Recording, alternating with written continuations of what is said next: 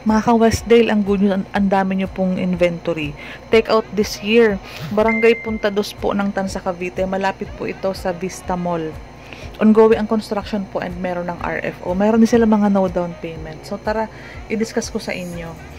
Ang mapapansin nyo lang po sa harapan niya, medyo maliit po yung harapan nito. So kung may carport ka, tawagan mo ako. Maghahanap tayo ng bahay na may carport para sa'yo.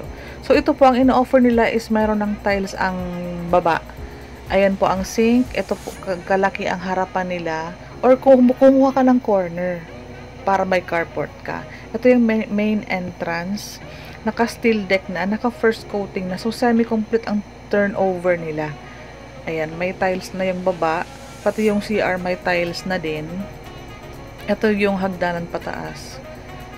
Hindi pa gawa yung taas. Kayo na po ang magpapalagay ng partitions. Ang naka-tiles na po yung ating CR at yung likod natin is may bakod na pong ganito. Sa taas natin is naka-open layout, provision for 2 bedrooms. Vinyl tiles, maganda na po yan. And kisame and partitions. Ganyan po. Madami pong inventory, as in sobrang dami. Yun nga lang po, kung naghahanap ka ng carport, paki-message mo po ako, maghahanap tayo ng mga project na merong carport. Meron tayong ista na Tansa, near SM City din yun ang Tansa. Ganyan po ang itsura niya. Ito lang po ay kaka-launch lang ulit nila, sobrang dami pong inventory. And malapit lang din naman po ang bahay namin. Ang location po nito is nasa Tansa Tracy Road. Pag nakita mo yung SM Tansa, pumasok ka doon sa may McDo, dire-diretso po yun, Tansa Tracy Road, hanggang Puntados po. Barangay Puntados. Ito po kasi sa mga nagmamadaling makalipat, may mga RFO unit po sila dito. May mga no down payment din po sila. Tapusin mo ang video kasi nasa dulo po yung mga clips po ng mga pictures na in-insert ko yung kanilang mga inventory. So, ayan po. Ganito po ang deliverable unit nila.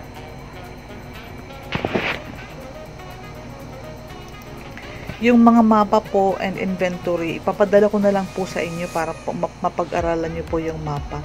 Ang lot area kasi nito is 36 square meters. Ang floor area is 45 square meters. Provision for 2 bedrooms. Naka-tiles ang baba. With toilet and bath, may tiles na din po yun. Medyo maliit lang po ano. So ito po is ipapadala ko po sa inyo itong mga inventory. Ang pagbabasa po niyan is black lot. Teka po, ito po yung mapa ng Westdale. Ayan yung main entrance. Andyan po yung kanilang model house. Ayan po.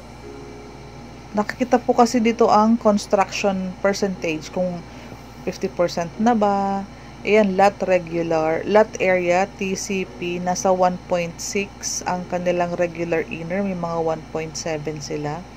Madami pong irregular cut ang Westdale. Sa dami po ng kanilang inventory. Iba-iba po ang presyo. So, magre-reserve ka.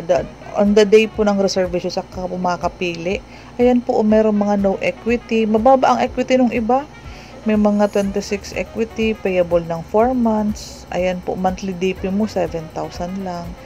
Estimated monthly amortization sa Pag-ibig, mga 11, 12. Kasi nga po, ang iba no down payment.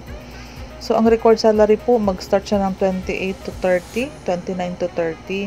Iba-iba po. Ayan. Pag mga blanco, walang down payment po yan.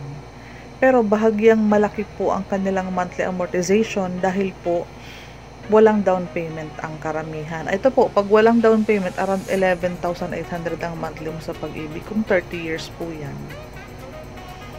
Ayan po. Madami silang inventory. Tansa Tracy Road po ito, papunta po ng 13. Daan mo po is sa SM Tansa, sa may McDo. Sa mga naghahanap ng bahay around 1.6 million, si Westdale po, mababa pa po ang kanilang presyo.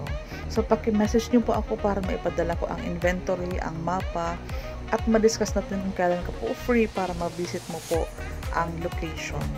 Tutulungan kita magkabahay. Salamat!